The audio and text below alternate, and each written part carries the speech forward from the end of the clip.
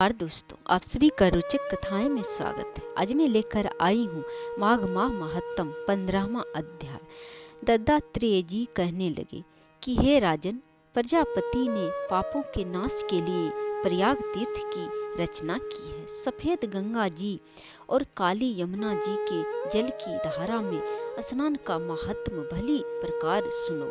जो इस संगम में माघ मास में स्नान करता है वह गर्भ योनि में नहीं आता।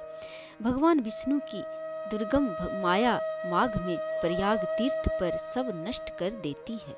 माघ मास में प्रयाग में स्नान करने से मनुष्य अच्छे भोगों को भोग कर ब्रह्म को प्राप्त होते हैं। माघ मास तथा मकर के सूर्य में जो प्रयाग में स्नान करता है उसके पुण्य की गिनती चित्रगुप्त भी नहीं कर सकता है।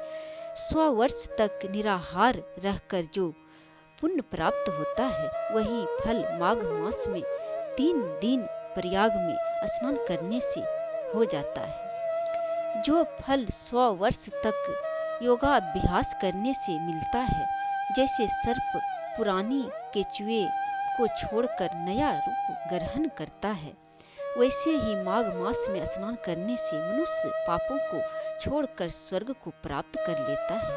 परंतु गंगा यमुना के संगम में स्नान करने से हजारों गुना फल मिलता है। हे राजन, जिसको अमृत कहते हैं वह यह त्रिवेणी ही है। ब्रह्मा, शिव, रुद्र आदि मरुतगण, गंधर्व, लोकपाल, यक्ष, किन्नर, अनिमादि गुणों से सिद्ध तत्व ज्ञानी, ब्रह्म ज्ञानी, पार्वती, लक्ष्मी, सची, नैना, दीति, अदिति, संपूर्ण देव पत्नियां तथा नागों की स्त्रियां, धृतार्ची, मेनका, उर्वशी, रंभा, तिलोत्तमा, अप्सरा गण और सब पितर मनुष्य गण कलयुग में गुप्त और सत्य युगादि में प्रत्यक्ष सब देवता माघ मास में स्नान करने के लिए आते हैं। इन दिनों माघ मास में प्रयाग में स्नान करने से जो फल मिलता है वह ईश्वर ही कह सकता है। मनुष्य में कहने की शक्ति नहीं है। हजारों अश्वमेध यज्ञ करने से भी यह फल प्राप्त नहीं होता।